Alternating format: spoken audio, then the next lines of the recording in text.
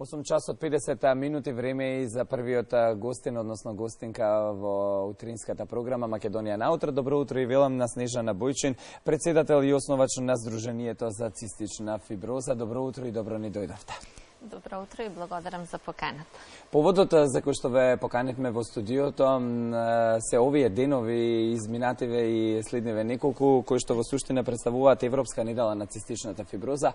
Имате многу интересни настани и активности за кои што вреди да се каже и да се спомене пред македонската јавност. Започна на 18 ноември, што се случуваше досега. Така. Ние, Сдруженијето за цистична фиброза е постојано активно и постојано прави напори да се подобри третманот на болните со цистична фиброза во нашата држава. Ние во континуитет веќе од 2 месеци со продолжителни активности после одржувањето на Југоисточната конференција за цистична фиброза. Значи, продолжуваме со помагање и лобирање да се обезбедат услови за болничко лекување на болните со цистична фиброза. Ја користам оваа можност да ја информирам македонската јавност дека Центарот за цистична фиброза, кој што е сместен во јавната здравствена установа за белодробни заболувања кај децата Козле, веќе успешно функционира, дека болницата е опремена со целата најмодерна медицинска опрема која што е потребна за болните со цистична фиброза. Секако постојат уште некои медицински апарати кои што треба да се обезбедат, меѓутоа во тек се активностите и Сдруженијето тука активно учествува во овој процес.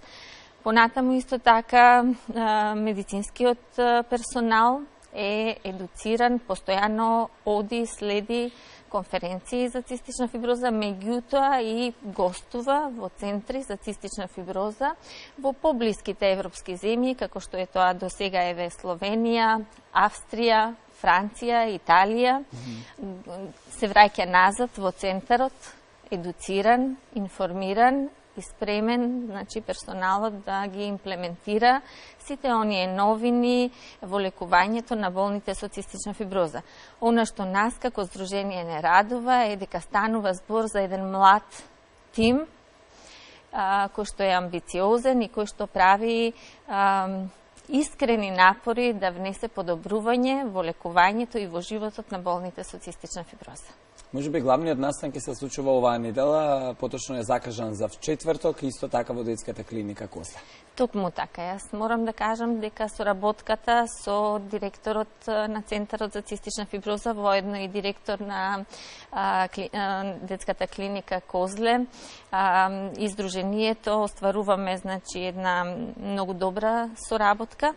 И токму заради тоа се одлучивме да Европскиот ден за цистична фиброза го одбележиме токму во просторот пред детската клиника Козле, бидејќи станува збор за еден прекрасен простор на место кое што е речиси во центарот на градот, а во исто време место кое што се наоѓа на планина, каде што има чист воздух.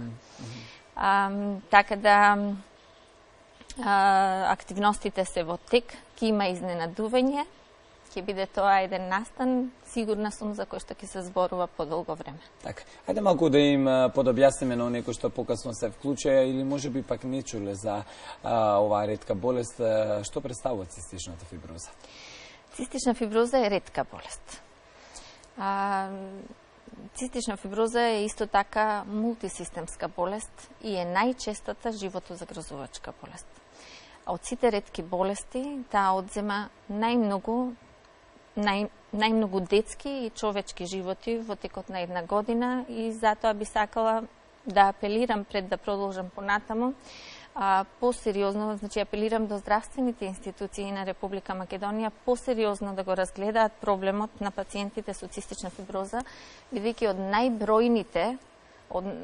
најбројните групи на болни со ретка болест во Македонија, единствено болните со цистична фиброза се уште не се покриени, дури ни со најосновната медицинска терапија. Значи, за сега, за болните со цистична фиброза, достапна е само дел од симптоматолошката терапија. Тоа е терапија која ги лечи последиците од болеста. Значи, во Македонија не се присутни лекови кои што ги спречуваат компликациите. За болните со цистична фиброза нема помагала, нити за физикална, ниту за инхалациона терапија. За болните со цистична фиброза, ние имаме една популација од 30 на возрастни болни со цистична фиброза, исто така нема ни медицински кадар, ние немаме обучен лекар, пулмолог, специјалист за цистична фиброза.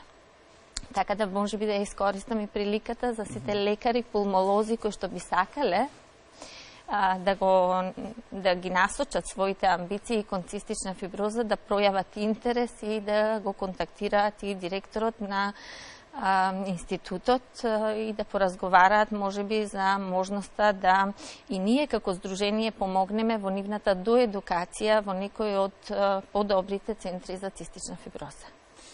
Инаку, каква болест, се извинувам, да.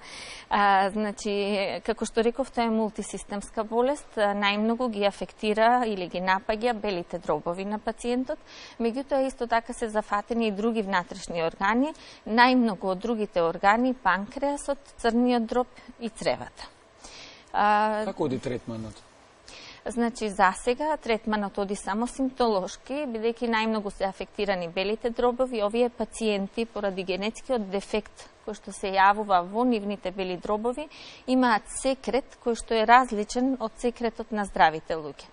Поради тоа тие се склони на инфекции со специфични бактерии кои што не предизвикуваат проблеми кај пошироката популација. Тоа се генерално бактерии пак кои што се наоѓаат во нашето обкружување. Ние не сме свесни за нив, бидејќи не предизвикуваат проблеми кај нас, меѓутоа за нив тие и тоа како се опасни и штетни. Така да во овој момент лекувањето оди на тој начин што се употребуваат поспецифични антибиотици за лекување на овие бактерии. И токму тука е проблемот, бидејќи пошироката популација нема потреба од овие антибиотици, тие и не се застапени на македонскиот пазар, односно во македонскиот здравствен систем, освен неколку од нив. Понатаму, исто така, панкреасот не функционира поради истиот генетски дефект, и бидејќи не може да се премости тој проблем, значи се јавува еден густ слуз кој што ги затнува каналите на панкреасот, проблемот се премостува со внесување на ензими кои што ги лачи природно панкреасот вештачки, значи со храната, што значи пациентите со цистична фиброза со секој оброк мораат да земаат во просек по 5 до 8 капсули со цел да можат да ја сварат храната што ја внесуваат. Тие исто така речи се секојдневно прават инхалација со цел да го разбијат густиот секрет кој што се наоѓа во нивните бели дробови и да го приближат по вискозност, по густина до секретот на здравите луѓе со цел да се спречат инфекциите кај нив. Доколку дојде до инфекција, кај нив инфекциите се подолготрајни и има потреба од агресивно и долготрајно лекување, што значи најголем дел од инфекциите кај пациентите со цистична фиброза се лекуваат во болнички услови со агресивни венски третмани. Пред крајот сме од разговорот, сакам да ве прашам уште за југоисточната конференција за цистична фиброза, која што после 7 години повторно се врати во Скопје, но имаме само некои 30 до секунди до 1 минута, може ли накратко за тоа? Токму така е да се пофалиме, токму Сдруженијето за цистична фиброза на Република Македонија го иницираше и го одржа, ја одржа првата југоисточна конференција за цистична фиброза. Таа заживеа во следните 6 години, се одржуваше во земјите од југоисточна Европа и годинава се врати повторно во Македонија. Е во моментов најуспешна воопшто одржана југоисточноевропска конференција на која што присуствува преку 15 гости предавачи и преку 200 гости слушатели од преку 17 земји, конкретно од 18 земји.